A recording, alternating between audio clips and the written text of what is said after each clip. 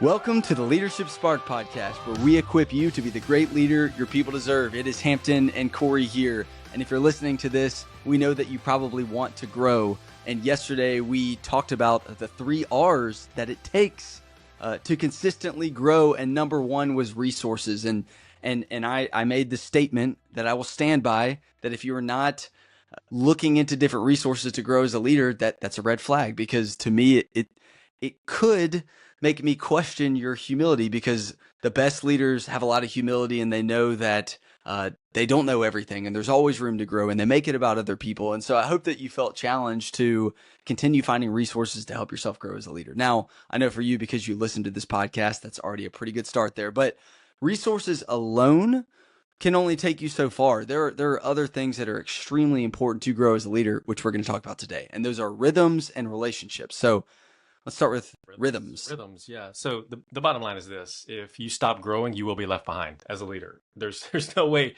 around it. Is that if you don't have resources, if you're not proactive about these 3 things that we're talking about and implementing all 3, then at some point you will be left behind. You will wake up one day and you'll realize that you could have grown a lot more than you could have, and maybe you missed opportunities as a result of it. And so you need resources. We've already talked about that. The second is rhythms. And what rhythms are is how you activate what you learn from the resources into action. Mm-hmm. Because if you don't act on what you learn, then you may be entertained, right? Or you may feel good about the fact that you read a book, watched a podcast, was part of this leadership cohort. You used WildSparq, right? I finished my lesson in WildSparq. I did my individual action plan. I've done all these activities, but I didn't activate it to action. And if you don't activate it to action, then you are going to slow down your growth as a leader. Now, you may feel good about growing, right? Because you did something, but you're not really growing. You're not really growing unless you have the rhythms in your life that allow you to act on what you're learning. Because when you act on what you're learning and you stack these things together, what do you form? Habits. The convictions turn into habits. Habits turn into things that you do often, even sometimes without thinking about it. You go from having to consciously think about doing something to unconsciously thinking about doing it because you've done it so much and you reap the benefits of it. And so if you want to grow as a leader, you need these rhythms in place. And it's not about inspiration and trying harder. We run into that all the time at WildSparq, right? Is that we talk to customers and their leadership strategy may be to send people to a conference or to a workshop, and people go and they get inspired to do something, but they don't have the rhythms or the structures in place when they get back to activate it to action, and they don't reap the benefits of the investment that they made. And so we don't mature, or we don't grow as a leader by trying. We grow as a leader by training. It's not about trying harder. You can try harder and you'll never grow, but you need training as a leader, and training is all about acting on what you're learning. And so you need these rhythms in place. And again, that's why WildSparq exists, is we built a structure and a product that holds your hand through the rhythm part of it and creates a rhythm for you. And so you need that as a leader if you want to grow. Leadership is a lot more, if you think about it this way. Hampton's a musician. Did you know that? Hampton's a musician. That's a stretch. Hampton is a musician. And Hampton, I think you're a music theory expert, right? Oh, not quite. But you can go take a class on music theory and you can learn everything about the theory of music.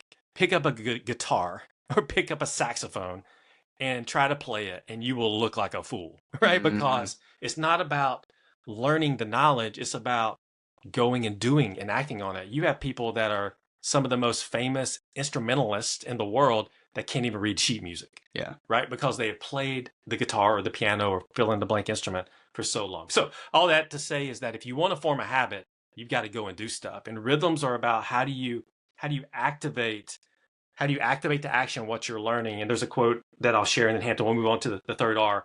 It's from Eugene Federico. But you never heard of Eugene, have you? I have not. All right. So he wrote a book called The Power of Habit. And he said this: if you want to change a habit, you must find an alternative routine. And your odds of success go up dramatically when you commit to changing as part of a group. So that's a great segue into the 3rd R, which is relationships. So we have resources, we have rhythms, but we're still missing one. It's relationships. Why is that important to growth?